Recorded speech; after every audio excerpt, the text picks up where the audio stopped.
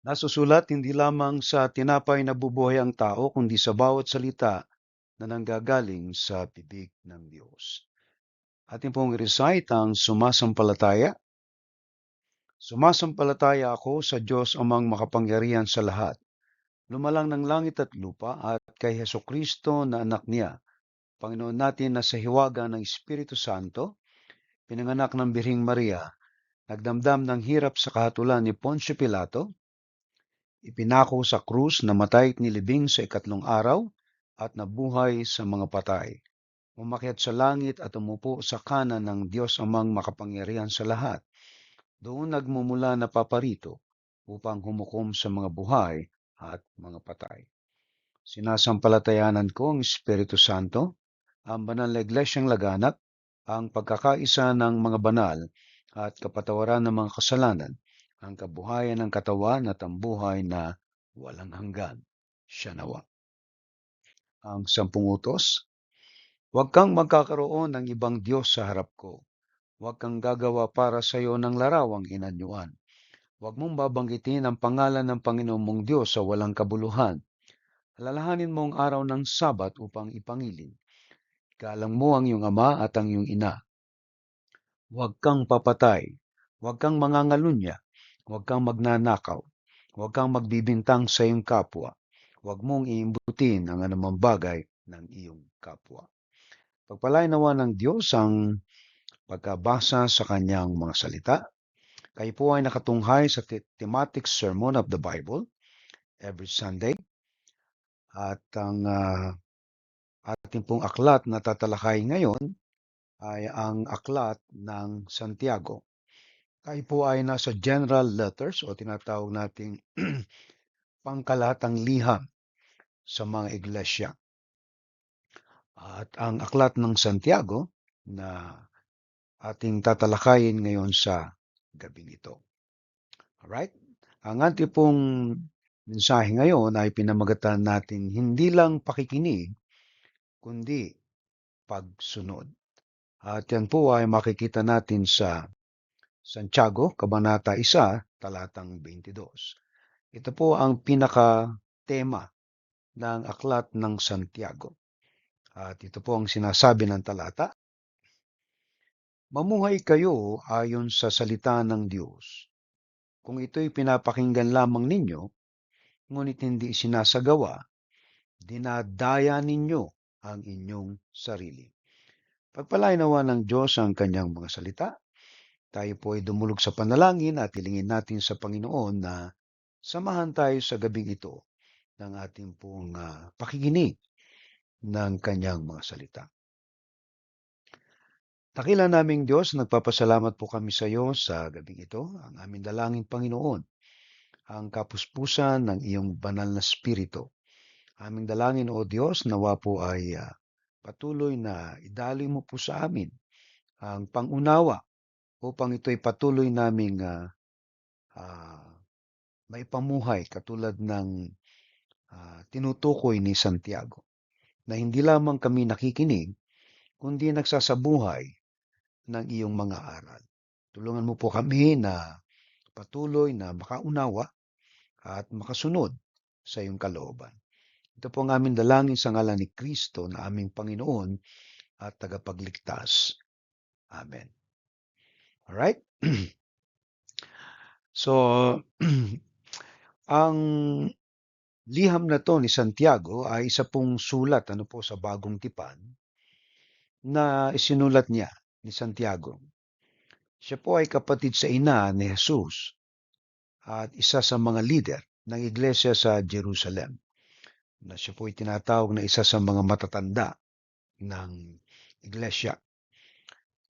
Ito po ay nakatuon sa praktikal na aspeto ng pananampalatayang Kristiyano, ang pagsasabuhay ng pananampalataya sa gawa.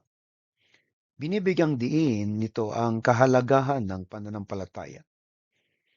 May kasamang gawa, pagtitiis sa gitna ng pagsubok, pagpipigil sa dila, at pakikitungo ng mga may katarungan at kababaang loob sa kapwa. Ang tema nitong aklat na ito ay pananampalatayang isinasabuhay. At ang layunin po nito ay hikayatin ang mga mananampalataya na ipakita ang kanilang pananampalataya sa pamamagitan ng mabubuting gawa at tamang asal. So, kung inyo pong babalikan yung ating talata na nabanggit, ano po? Ito pong si Santiago ay nagbigay po ng tema dito sa kanyang liham na hindi lamang sapat ang pakikinig. Bagamat ang pakikinig ang magiging simula ng ating pananampalataya, ang nais ni Santiago na iparating ay mailapat ito sa buhay ng nakikinig. Ibig sabihin, may pamuhay nito ang kanyang natutunan patungkol kay Kristo at sa mga aral niya upang sa ganon ay makita ang tunay na diwa ng pagsunod sa salita ng Diyos. So doon po sa talata nating binasa kanina, kung inyo pong babalikan, yung pong Santiago talatang 22 ng 1, ay malinaw na binanggit ni Santiago yung talata na ating susuriin ngayong gabi. Okay? Sabi po doon ni Santiago, mamuhay kayo ayon sa salita ng Diyos. Kung ito'y pinapakinggan lamang ninyo, ngunit hindi sinasagawa, dinadaya ninyo ang inyong sarili. So, mainam po at malinaw ang banggit ni Santiago dito sa talata. Ang unang tanong natin dito ay ano ba yung pangunahing utos sa talatang ito? Ang sabi po doon sa sagot natin sa tanong na yan, ang pangunahing utos dyan ay mamuhay ayon sa salita ng Diyos. So, hindi lamang ito pakinggan kundi isabuhay. So, yan po yung pangunahing utos na binabanggit ni Santiago. Ikalawa, ano daw po ang epekto kung ang isang tao ay nakikinig lamang sa salita ng Diyos, ngunit hindi ito isinasagawa? Ang sagot po natin diyan ay dinadaya daw niya ang kanyang sarili. Ipinapakita ng talata na ang hindi pagsasabuhay ng salita ay nagbubunga ng panglilinglang sa sarili. Ibig sabihin, niloloko mo lamang ng sarili mo. Kaya nga po yung mga nakikinig ng salita ng Diyos at hindi nakikita sa kanilang pamumuhay ang pagbabago ay isa pong malaking katanungan.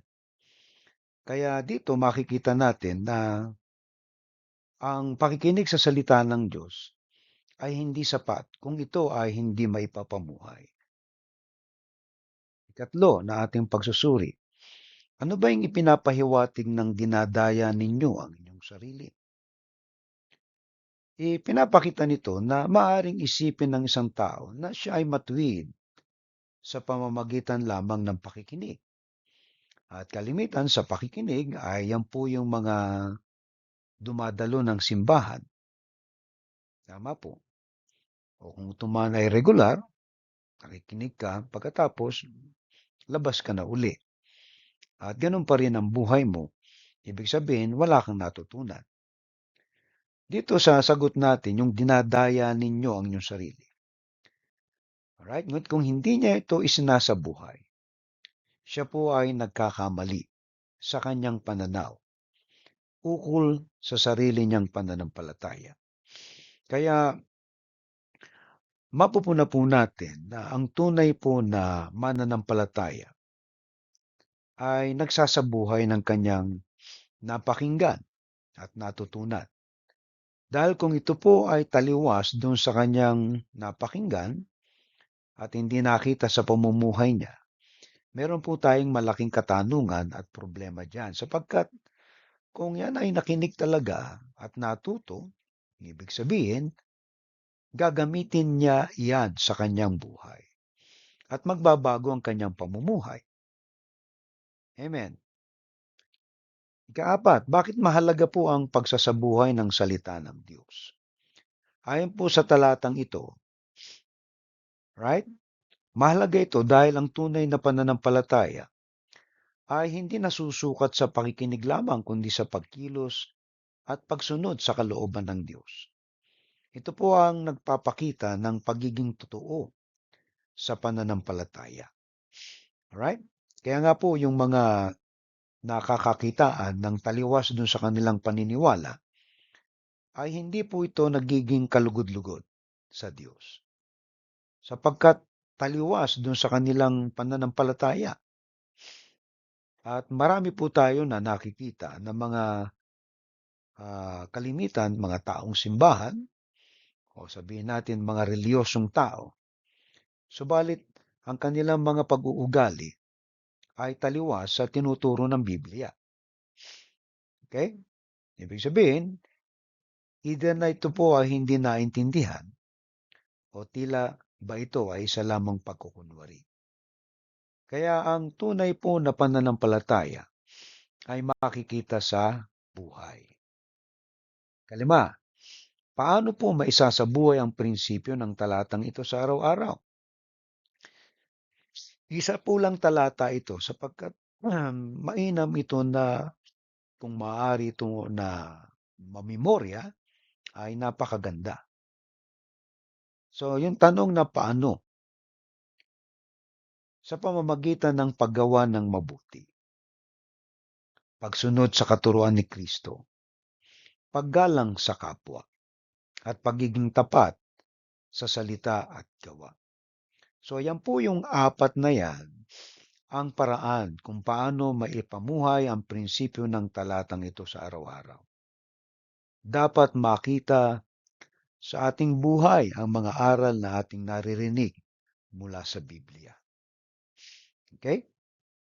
Ngayon, balikan po natin yung pamagat ng ating mensahe ngayong gabi. Ano po?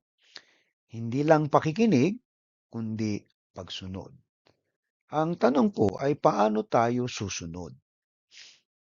O paano natin susundin yung ating napakinggan? Kasi may mga nakikinig na pumapasok sa kaliwang tenga at lumalabas sa kanan. Iba naman sa kanan pumapasok, sa kaliwa naman lumalabas. So, depende po yan. Ano po? Kung yan ay napakinggan mo at ito ay sinasariwa mo o binubulay-bulay mo, malamang yan ay maiiwan sa puso mo. At ito ang iyong mga prinsipyo at mga pinapahalagahan sa buhay. Ngayon, ito po ay lapat na praktikal kung paano natin magagamit ang talatang ito na winika ni Santiago. Amen po. So kung kayo po ay handa na, ay ating pong tatalakayin ang mga prinsipyo o mga praktikal na aral mula po dito sa talatang ito. Okay? So pag nagtanong po tayo ng paano, ay tinatanong po natin yung paraan. Paano ba natin susundin yung ating napakinggan? Ano ba yung ating napakinggan? Yung salita ng Diyos. At paano ito magiging mabisa? Paano to makakatulong sa ating pagbabago? Sapagkat hindi po lahat na nakikinig ay nagbabago. Ngayon, kung tayo matalino na mga nakikinig, ay merong bunga ng pagbabago sa ating mga buhay. Amen po. Alright, are you ready? Number 1, ilapat ang mga aral sa araw-araw. Okay? Ako po ay nagsasalita, nagtuturo ng salita ng Diyos mula Tuesday, Wednesday hanggang Thursday. At meron pa tayo ng Sunday. So, 4 times po yan weekly. Ano po? So, may mga pastor po na halos araw-araw ginagawa nila. Napakaganda po niyan sapagkat hindi tayo mauubusan ng bala na matututunan sa araw-araw. Pero ang tanong ngayon nga, paano naman natin ilalapat ang mga aral na ito sa araw-araw na ating napapakinggan? Okay? So, ito yung tanong natin na paano tayo susunod. Unang lapat natin ay, kumbaga, ilapat o ipamuhay ang mga aral sa araw-araw. Huwag lamang makinig sa sermon o magbasa ng Biblia. Gawin po ang mga aral na ito sa pang-araw-araw na gawain tulad ng pagiging tapat. Ang isa pong tinuturo sa atin ng pakikinig, babasa ng Bible, ay yung maging tapat, lalong-lalo na maging tapat sa Diyos, na tayo ay sumusunod sa kanyang kalooban. Ikalawa ay yung ating ugnayan sa ating kapwa, yung magpatawad. So, may mga tao na nagkakamali sa atin.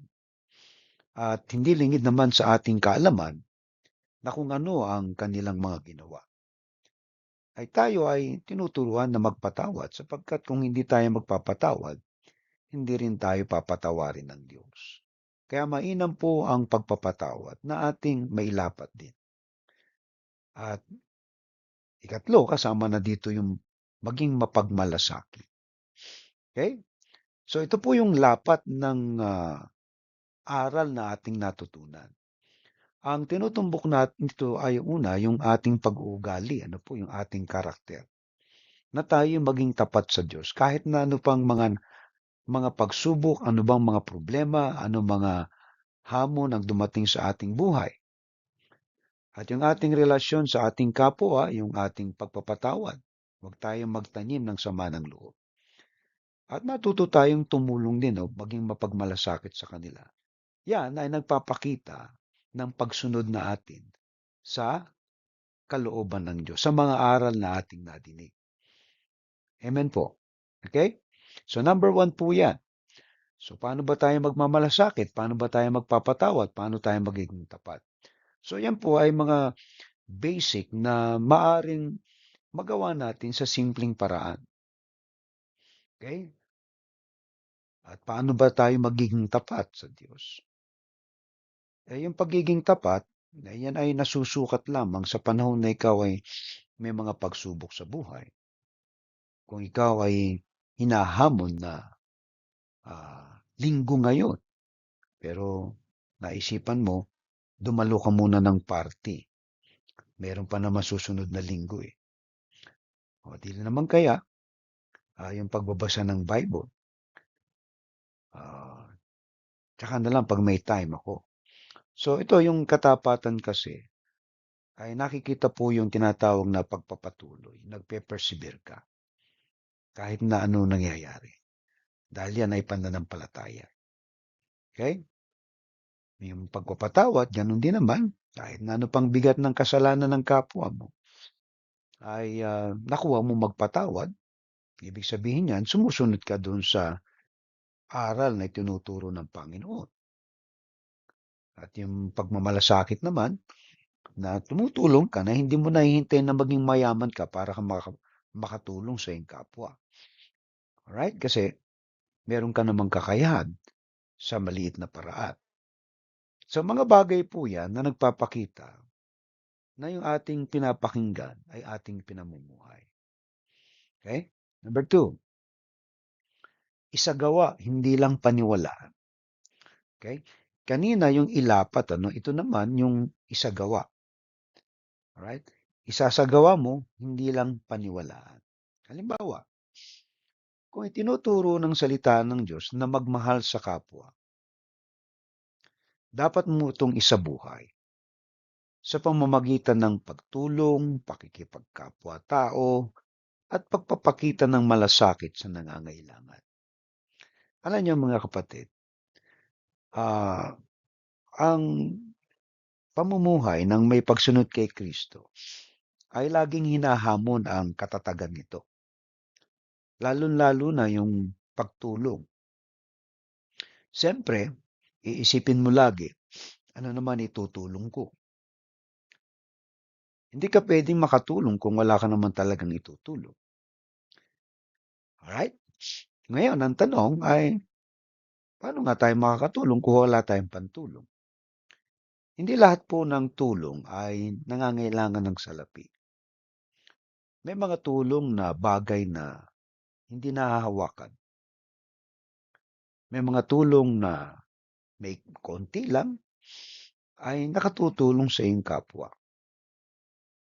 Okay? Na maalalayan mo sila dun sa mga bagay na kanilang pinapasan, ay nakakatulong ka sa iyong kapwa.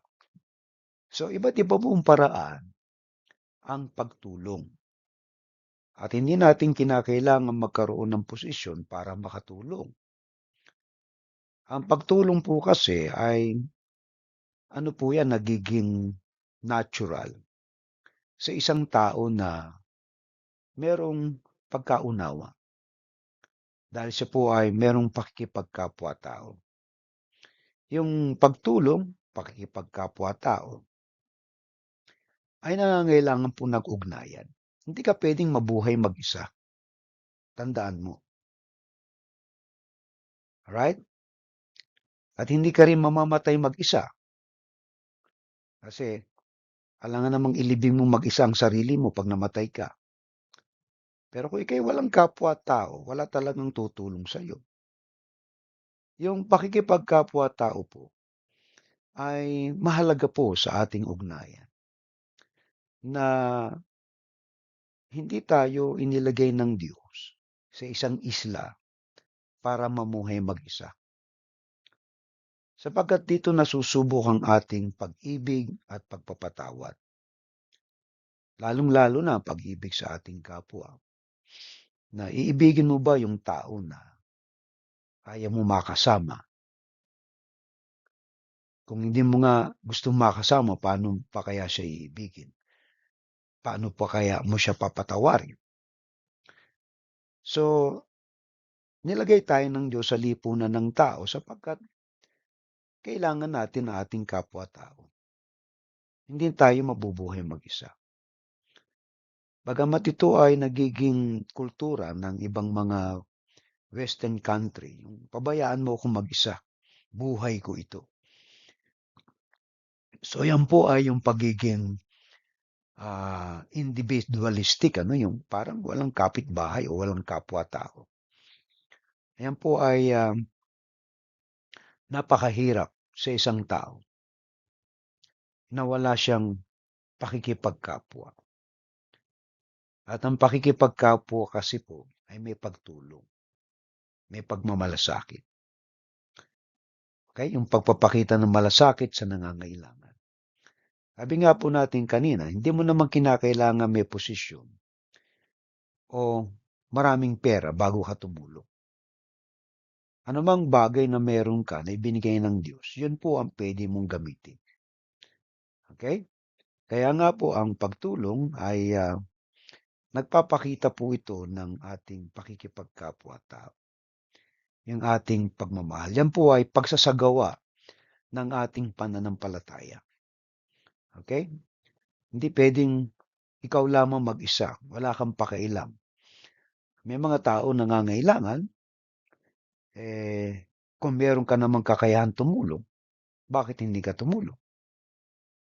So dito ay nasusubok yung ating katatagan pagdating sa pakikipagkapwa-tao. Kung paano tayo magmahal ng ating kapwa o magmalasakit sa ating kapwa. Pagamat hindi mo gusto ay yung mga tao. Pero dahil nga tinuturuan tayo ng Biblia na yung pananampalataya natin na isagawa natin. Katulad nitong punto natin, ano, yung ikalawang utos. Ibigin mo ang iyong kapwa gaya ng pag-ibig mo sa iyong sarili. So, kung wala kang kapwa-tao, hindi ka talaga magmamahal. Amen. Kaya nga po yung pagsasagawa ng ating paniniwala ay mahalaga para makita ng mga tao na tayo ay talagang mga tagasunod ni Kristo. Lalong-lalo na kung tayo nagpapakita ng pag-ibig sa ating kapwa-tao. Ikatlo, iwasan po ang pagpapanggap o yung pagiging reliyosong imahe. At meron pong mga tao na gumagawa nito. Na kalimitan na yung mukhang reliyoso. Pero ang totoo, ay isa pong mabalasik na tao, walang pagmamahal sa kapwa, at mapanglamang. Hindi po yan nagugustuhan ng Diyos sapagkat ang Diyos ay napupuot sa mga mapagkunwari. Hindi sapat na magmukhang religyoso o makadiyos.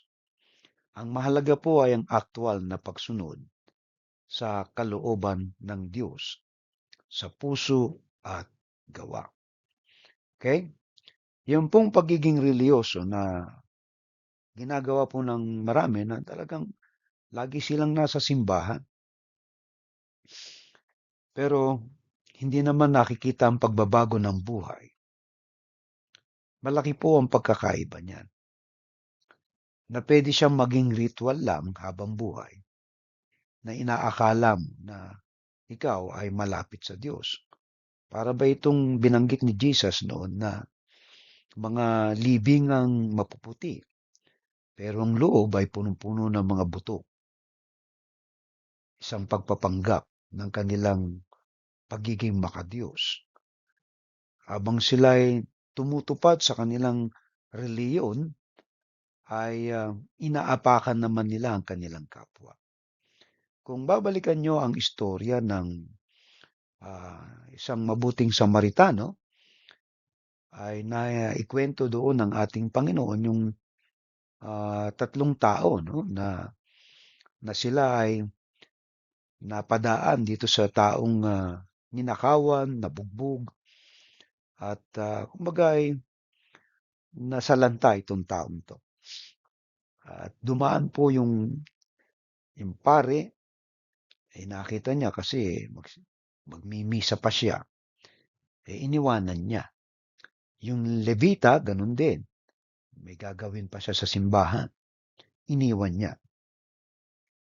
Yung Samaritano na kinapuputan ng mga Hudyo, ay siya pa yung nagbigay ng tulong. Kaya nga ang tanong ng Panginoon ay, sino sa kanila ang kapwa-tao? Ay yung gumawa ng kabutihan dun sa kanyang kapwa. So yan po yung pagsunod sa kalooban ng Diyos. Nasa puso't gawa. Hindi po doon sa pagiging religyoso sapagkat may mga reliyosong tao na hindi mo kakakitaan ng mabuting pag-uugali o pagmamahal sa kapwa. Alright? So yan po yung ikatlo natin. Okay? Kaya yung pagpapanggap po ay kita ng Diyos yan eh. At hindi ang kinaluluguran ng Diyos. Kaya kung tayo magpapanggap, hindi itong makabubuti para sa atin. Kasi nga, hindi tayo totoo. Ang pagiging totoo ay nagpapakita ng kanyang kabutihan, yung pagsunod sa kalooban ng Diyos, sa puso at sa gawa. Ikaapat, suriin ang sarili. So, paano tayo magsusuri ng ating mga sarili? Kasi po yung pagsunod sa kalooban ng Diyos, yung paglalapat ng ating pinaniniwalaan, alright, sinasampalatayanan, ay tumutugma sa ating buhay. Kaya nga yung pagsusuri ay nangangailangan ito ng mga pagtatanong sa ating mga sarili kasi sinusuri nga natin eh. Tanungin ang sarili, na ipapamuhay ko ba talaga ang mga pinaniniwalaan ko? Kung hindi, panahon na upang magbago at magsimula ng konkretong hakbang sapagkat kung yung ating pamumuhay ay hindi kakakitaan ng pagbabago, yung ating pinaniniwalaan ay hanggang utak laang yan. Wala sa gawa. Maraming tao ang ganito ang pag-uugali na ang kanilang paniniwala ay napaka dami na. Punong-puno na ang utak nila kaya kapag nadapa, hindi na makabangon. So, yung mga paniniwala na naipapamuhay ay maganda po ang resulta. Kasi, pinaraktis mo eh. Basic lang naman eh, ibigin mo ang Diyos ng higit sa lahat. Ibigin mo ang iyong kapwa, gaya ng pag-ibig mo sa iyong sarili. So dito sa dalawang utos na to, nabubuo ang buong kautusan. Ewan ko lang kung malilimutan mo ito. Sa anumang paraan o pagkakataon, ang pag-ibig sa Diyos ay higit sa lahat.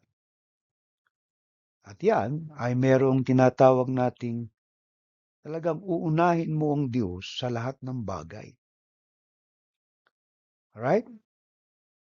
Sa iyong pamumuhay, sa iyong pananalapi, sa iyong mga kinagigiliwan, sa iyong mga hinahangad, ay uunahin mo lagi ang Diyos patungkol dyan. So, yan po yung paniniwala na merong gawa. Kapag inuna mo ang Diyos sa lahat, una sa lahat. Katulad ngayong linggo. Sino ba ang inuuna natin? Tayo ba ay sumamba na? So, bagamat ito po ay nagiging practice na natin, ay nagpapakita tayo ng tinatawag na pagsunod sa kalooban ng Diyos. Kasi pag binasa mo yung Ten Commandments, unang-una talaga lagi ang Diyos eh. Huwag kang magkakaroon ng ibang Diyos maliban sa akin. Huwag kang gagawa ng anumang larawang inanyuan. Huwag kang sasamba sa mga Diyos-Diyosa. Igala mo ang araw ng Sabat. Yung apat na yan, napakahalaga niyan. Alright? And then pagdating ng 6 na utos, anong kasunod doon? Igalang mo ang iyong ama't ina. Yung magulang pagsunod sa mga authority. And then, huwag kang papatay. Respeto sa buhay ng tao. Okay? Huwag kang magnanakaw. Alright? So, respeto sa pag-aari ng iba. Pagka sinuri po ninyo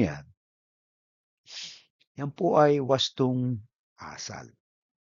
Wastong pag-uugali. At yan ay nakikita sa pamumuhay. Dahil kung hindi ka manglalamang ng kapwa mo, hindi ka mananakit ng kapwa mo, ipinapakita mo ang pag-ibig mo sa iyong sarili. Sapagkat hindi mo gagawin sa iba ang ayaw nilang gawin nila sa iyo. Right? So, 2 utos lang yun, pag-ibig sa Diyos at pag-ibig sa kapwa. Ay ngayon, ang tanong, iniibig mo ba ang Diyos ng higit sa lahat? Magtatanong ka sa sarili mo, iniibig mo ba ang Diyos ng higit sa lahat? Pagkatapos wala kang panahon para magnalangin, sumimba, pagbasa ng Bible. So, ewan ko lang, nagpapakita yan ng pag-ibig sa Diyos. And then, yung pag-ibig sa ating kapwa. Totoo bang nagmamahal tayo sa ating kapwa? Dahil kung sarili mo'y pinababayaan mo, paano ka magmamahal sa iba?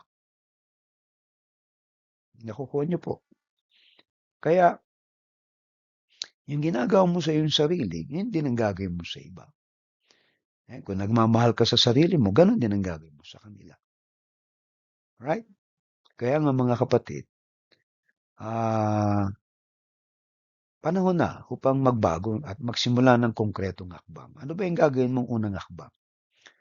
Nabanggit na natin kanina yung 2 utos. Yung ibigin mo ang Diyos ng higit sa lahat at mahalin mo yung kapwa gaya ng pag-ibig mo sa iyong sarili. Palagay ko yung 2 utos na yun ay sapat na para makasunod tayo sa kalooban ng Diyos. Hindi naman nating lahat masusunod. At meron tayong mga bagay na malilimutan. Pero yung 2 utos na yun, palagay ko, mako-cover ang lahat eh. Kasi kung nagmamahal ka sa Diyos, ng higit sa lahat, nagmamahal ka sa iyong kapwa, gaya ng pagmamahal mo sa iyong sarili, palagay ko hindi mo gagawin ang mga bagay na gusto mong, naaayaw mong gawin nila sa iyo. Amen. Okay? 5, Ituro sa pamilya at komunidad. So paano tayo magtuturo ng ating pananampalataya sa ating pamilya at sa ating komunidad? Ituro at isabuhay ang salita ng Diyos sa loob ng tahanan. Ibig sabihin, yung ating pinaniniwalaan ay isang uri na ng pagtuturo kung yan ay ating isinasabuhay. Amen po. Nagtuturo tayo na manampalataya, sumamba sa Diyos. Pero pagdating ng linggo, hindi ka namang sumisimba. Paano ka magtuturo niya ng tamang pamumuhay? Hindi nakikita sa iyo yung nagbabasa ka ng Bible, sumisimba, nananalangin. So ang pagtuturo po ay hindi lamang yung akademya, no? Kundi ito ay practical na makita nila sa ating buhay na tayo ay dumadalo sa mga gawain ng pagsamba. Amen. Practical po yan. Nag-i-encourage tayo na ah, magbigay ng kaloob. Hindi naman tayo nagbibigay. O kaya sumimba, magbasa ng Bible. Hindi naman natin ginagawa. So taliwas, right? Sa pagpapalaki ng anak, basic lamang po eh. Kung ikaw ay nagsasalita ng mabuti, tama at totoo, ay yung mga anak mo lalaki ng mabuti, totoo ang kanilang sinasabi. Pero kung madidinig nila puro pagmumura, ay huwag kang magtaka kung bakit nagmumura yan. Huwag kang magtaka kung bakit ay sumimba niyan.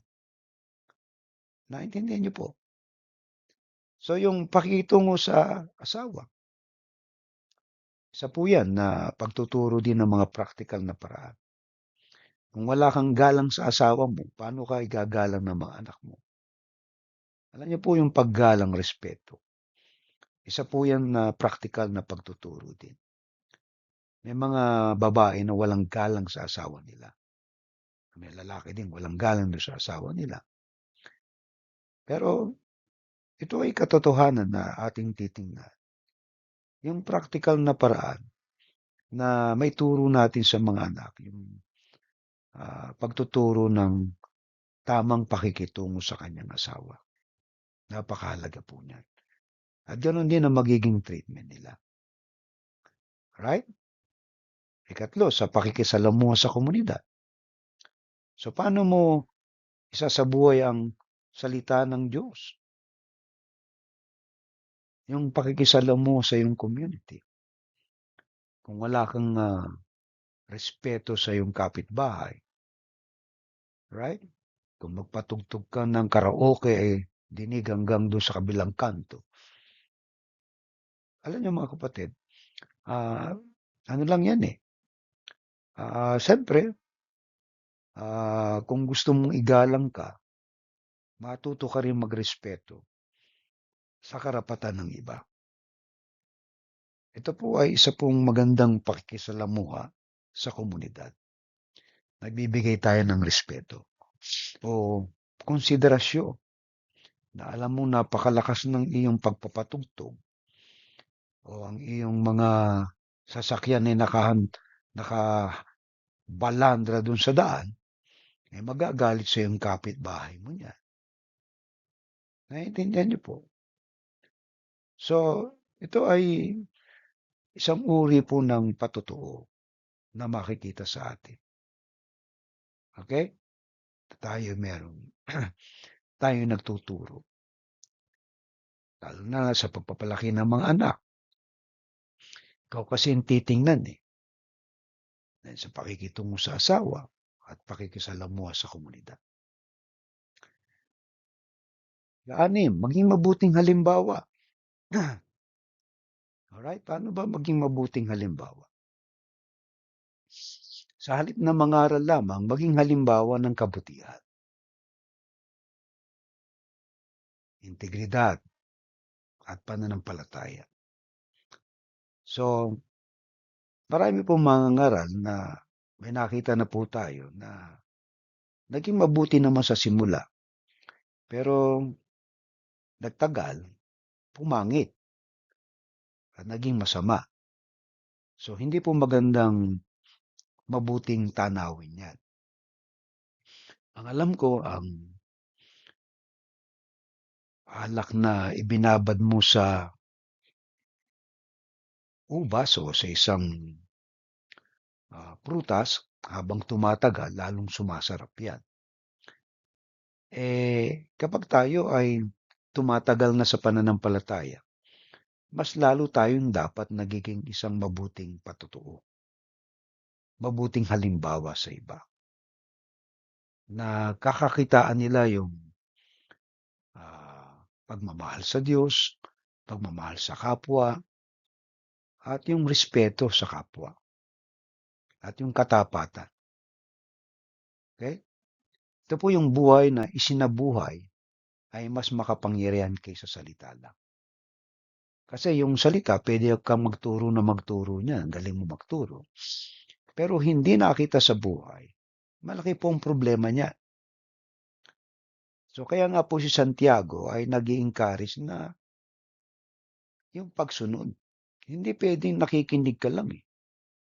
Kasi kahit sa mga pastor, magagaling magturo po yan. Pero hindi po nakikita sa buhay yung kanilang pananampalataya kasi sa dami na ng itinuro. Ewan ko kung nalimutan na. Pero basic lamang po eh. Okay? Na yung mga nagturo niyan na inabuso naman yung kanyang mga miyembro, pinagsamantalahan o ginamit, ay malaki pong ano yan, kabalintunaan. At yan po ay nagpapakita ng walang katotohanan ng pamumuhay ng tunay na pananampalataya. Dahil ang pananampalataya ay may tunay na patutuo. Okay? Hindi po nagpapanggap. Sapagkat yung pong mga nagpanggap niyan, nakakulong na ngayon. Nakakulong na do sa bilangguan sapagkat nakakitaan sila na hindi tugma yung pananampalataya na itinuturo nila sa kanilang mga ginagawa. Okay? Kaya nga po yung pamumuhay ay isa pong mas makapangyarihan po yan. Yung ikaw ay walang dungis ang iyong pagkatao, ikaw ay mapagkakatiwalaan, ikaw ay magbuti ang pag-uugali, napakamatulungin, ayan po ay nagpapakita ng tunay na pananampalataya. Amen. So ito pong ating talatang ito, ay mabubuod po natin, ano po yung Santiago 1:22, ay nagtuturo na hindi sapat ang makinig lamang sa salita ng Diyos. Dapat itong isabuhay. Ito po ay nangangahulugan ng paglalapat ng aral sa araw-araw, paggawa ng kabutihan, at pagiging tapat sa pananampalataya. Dapat iwasan ng pagpapanggap at suriin kung isinasagawa nga ba ang mga pinaniniwalaan at maging mabuting halimbawa sa pamamagitan ng gawa, hindi lang sa salita. Kaya nga mga kapatid, maganda po na tayo po ay magkaroon ng sarili nating pagninilay-nilay dito sa talatang ito. Tapat ba ako sa trabaho, sa relasyon, at sa maliliit na bagay? Kasi po yung tapat ay nagpapakita ito ng iyong integridad bilang isang tao. Alright? Yung sa trabaho mo, ikaw bagay nagiging honest. Sa iyong relasyon, sa iyong kapwa, ikaw ba ay maaasahan? At sa malilit na bagay na hindi kailangan malaki para magpakita tayo. Laging sinusubok sa malilit na bagay ang ating katapatan.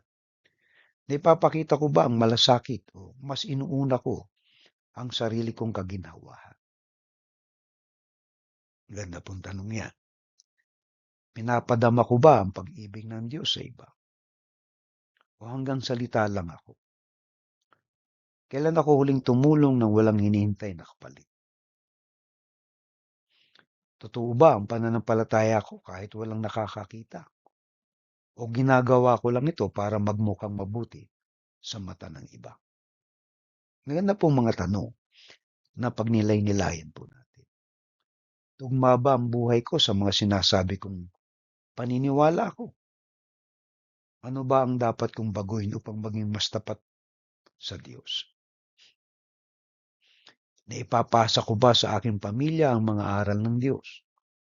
Paano ko may papakita sa anak ko, sa kapitbahay ko, ang pagmamahal ng Diyos sa konkretong paraan? Sa kilos ko ba nakikita ng iba ang liwanag ng Diyos? O madalas akong naging dahilan ng pagkatisod nila? So sasagutin po ninyo ang mga tanong na yan sa inyong mga sarili. Kaya nga po yung pananampalataya natin na may pagsunod, makikita po sa ating buhay yan. Higit sa lahat ay yung pagbabago. Kaya kung nagbabago po ang buhay nyo, tama ang pananampalataya mo. Pero kung hindi nagbabago ang buhay mo, magtanong ka. At itong mga tanong na to, pwede mong suriin. Okay? So ano po yung prinsipo natin na iiwan ngayon? Una, sa buhay ang salita ng Diyos. Hindi lamang pakinggan.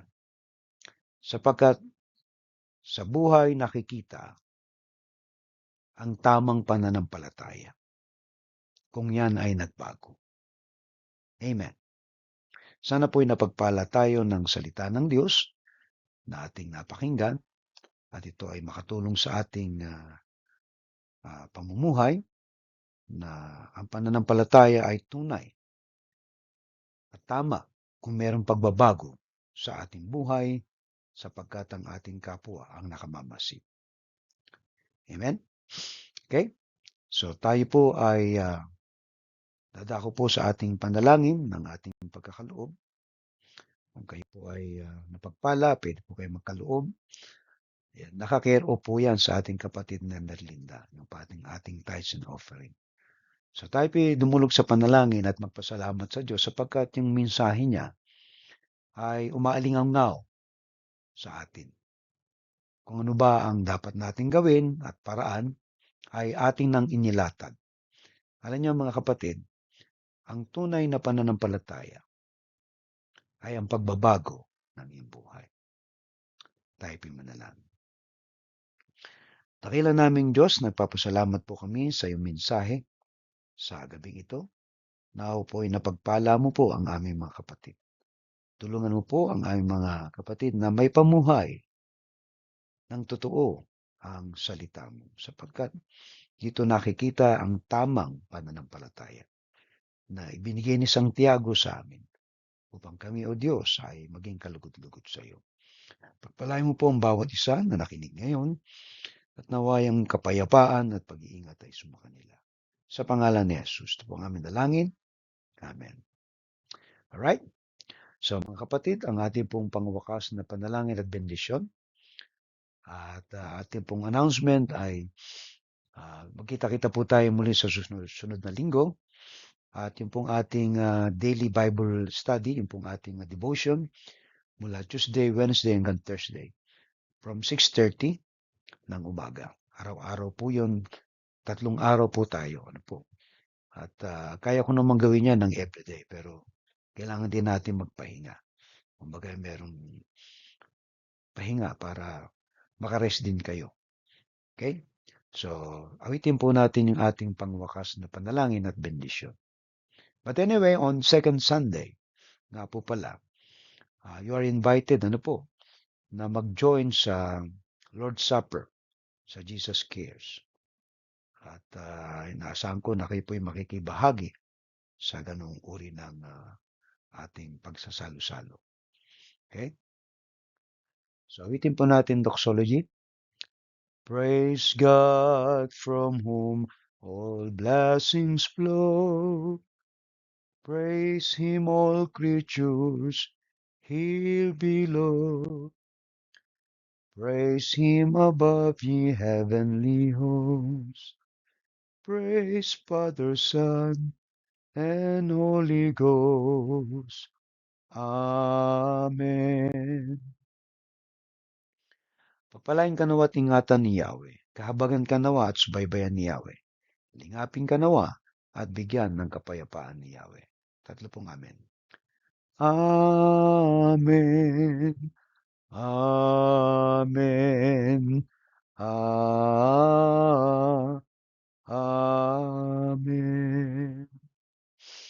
Magandang gabi sa inyo lahat. Mayo kayong mapayapa at makatulong na mahimbing at ihanda ng Diyos sa kinabukasan. God bless you po.